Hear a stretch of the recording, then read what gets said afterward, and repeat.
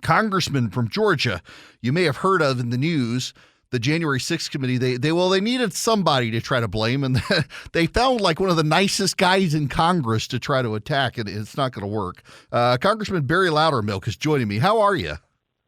Eric, it's good to hear you, my friend. I'm doing well. So I first of all, I let me back up. So I started hearing months ago that the rumor that clearly some members of Congress gave tours to quote-unquote insurrectionists. And the first they said it was Lauren Boebert, and it didn't check out. Then they said it was Marjorie Taylor Greene, and they didn't check out. Then they named a couple of others, and they finally got to Barry Loudermilk. And I was like, you got to be kidding me.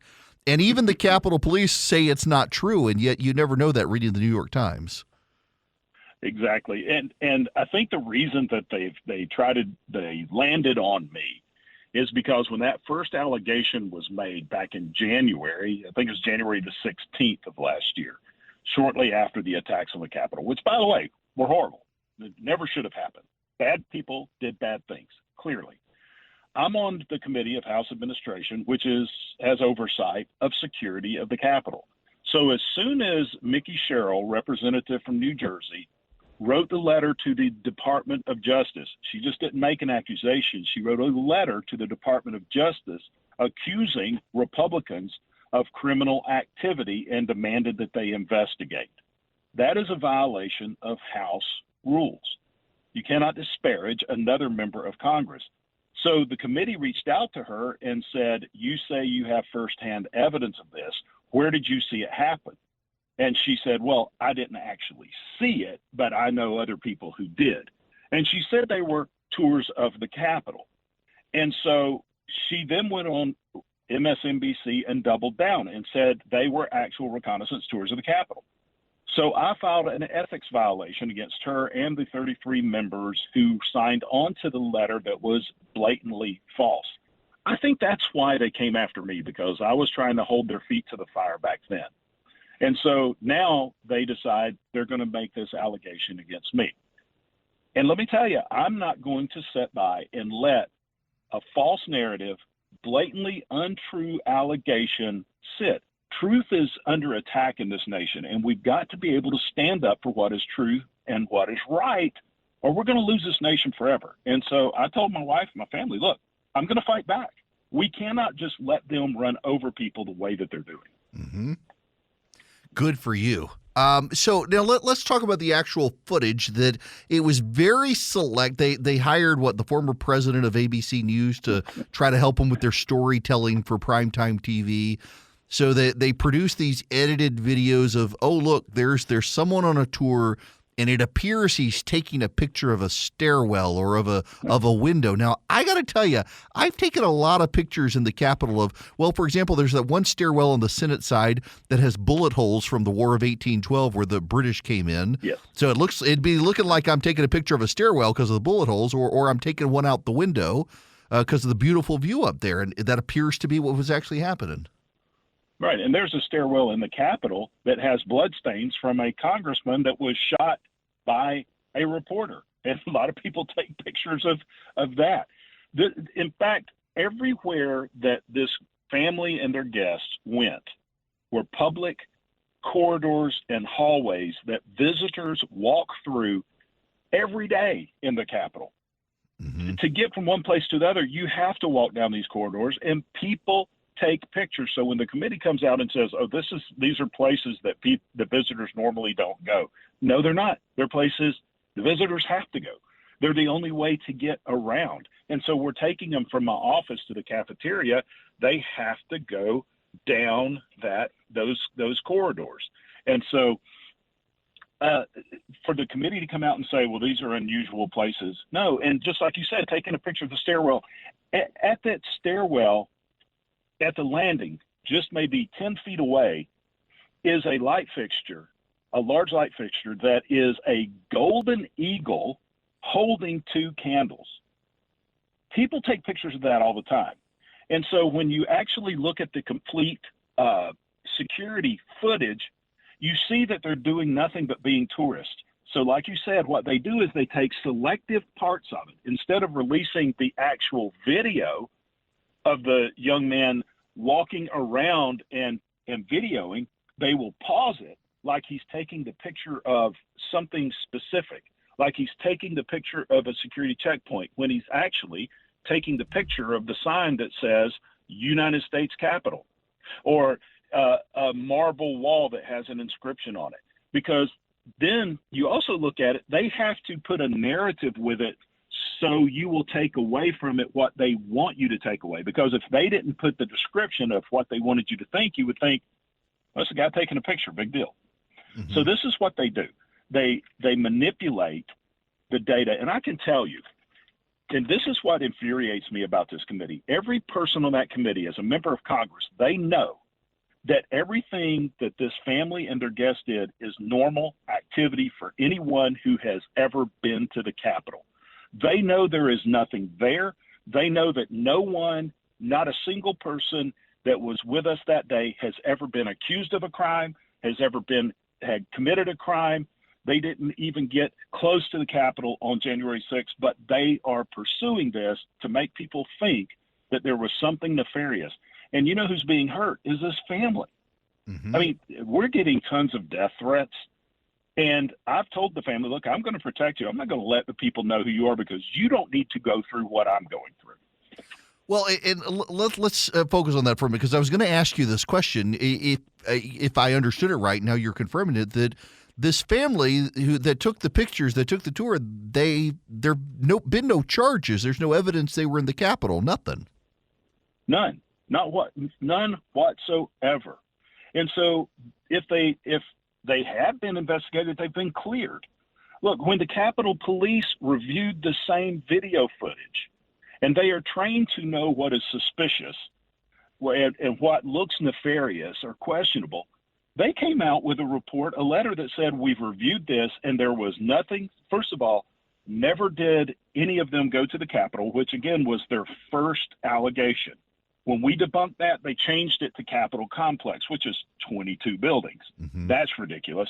Then they said, well, it's reconnaissance tours of the office buildings. Well, this family that came to visit me, and then they, went to lunch in the cafeteria. And so we gave the Capitol Police the time frame. We said, this is the time frame of when they came and about when they left. They went and reviewed the videos, and they said there was nothing to this, and wrote a letter to that saying there was nothing suspicious and there were no reconnaissance tours. Nothing that we saw elevates any suspicion. So when we released that, it actually even caused the liberal left media to question the validity or the integrity of the January 6th committee. So we knew they had to come back. And so they came back and released these little selective security video clips. And so, again, everyone on that committee knows there's nothing to this, but they're continuing to push their false narrative, which is having an effect on a lot of people. Well, yeah, and let's talk about that for a minute, because it's very clear that starting with their primetime hearing where they spent 37 minutes with their opening statements before they even got to the evidence that supposedly we never seen before, and it was all stuff they'd already leaked to the media, that they're clearly, the Democrats, given the polling right now, are trying to use this spectacle not to figure out what happened, but to make a case that Republicans can't be trusted with leadership. Right. And this is all politics, which is so frustrating. There was an article that came out yesterday that said the Department of Justice is getting frustrated with the January 6th committee because they're not sharing any of the testimonies that they've received with the Department of Justice. And in my opinion, it's clear why. There's nothing legal about what they're pursuing. It's all political. This is all political show. And so of course, they're not going to share it with the DOJ, because even this DOJ would look at it and say, there is nothing here. Mm-hmm. There's nothing here. Yeah, it definitely started out as almost a desperate plea for please indict Merrick Garland, and now that the more and more is coming, there doesn't really appear to be there at all. Let me shift gears with you real quick, because you guys are in the minority. I know what the polling is, probably headed back to the majority. Let's just say hypothetically things actually do go as well as polling suggests. What do you, as a member of Congress who's had Nancy Pelosi as Speaker these last couple of years, really think that you guys need to be doing that you're not doing right now? Well, first of all, we have to focus on the issues that are important to the American people. What the Democrats have done is they've totally ignored their big government socialist policies that has caused the gas prices to go up, inflation to run out of control, shortages of critical supplies and goods, massive illegal immigration at the border, and a crime wave across the nation. These are all directly because of far-left Democrat big government policies. We have to address those quickly, and we have to do those first. Then we also have to look at holding the Democrats accountable for things like the January 6th committee that have the committee is operating outside the boundaries of constitutional limits of powers of Congress. They're doing investigations, which is part of the executive branch. We have no power to investigate or subpoena a private citizen, but yet they have actually subpoenaed someone who was on a tour with us. You know, how offensive is that? Mm-hmm. And then they're trying to be all three branches of government within the scope of Congress. We have to hold them accountable for that. Besides the entire committee being illegitimate because Nancy Pelosi appointed everybody instead of Republicans getting their appointments. So we have to hold them accountable to that. We also have to be holding the executive branch accountable for the things that they're doing at the southern border with the crime across the nation.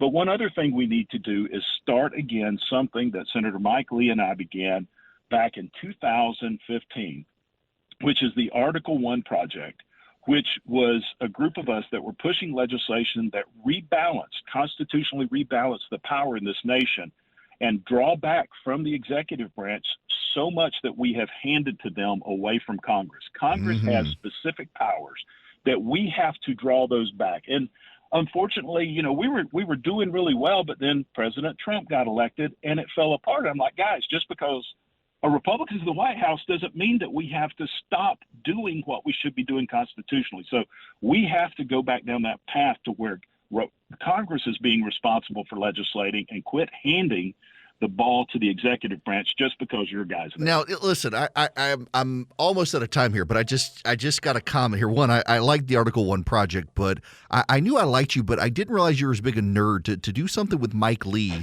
That's like next level nerd stuff. Mike Lee and I are good friends, and we're both constitutionalists, and we have a bigger picture. See, I look at not just where America is right now, because that'll depress you all day long, but I look at America of where I want it to be. And to do that, you got to understand where we came from. And Mike Lee shares that vision with me. You know, a government that is small in size, limited in scope, and understands that it's the liberty of the American people is our foremost duty, is to protect that liberty. And so I believe in America that is free, safe, and full of opportunity, and you get that by limiting the power of government, not increasing the power of government. Amen to that. Congressman, listen, I hate that you're in this whirlwind. I know you'll get through it. It's just miserable to see them do this to you, but I appreciate you holding your head up and being such a good champion there for rebalancing the government and taking on this issue. So thank you very much for stopping by.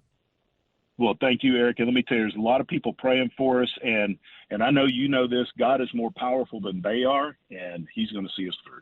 Amen. Thank you very much. Congressman Barry Loudermilk, thank you very much. Congressman Barry Loudermilk, thank you very much.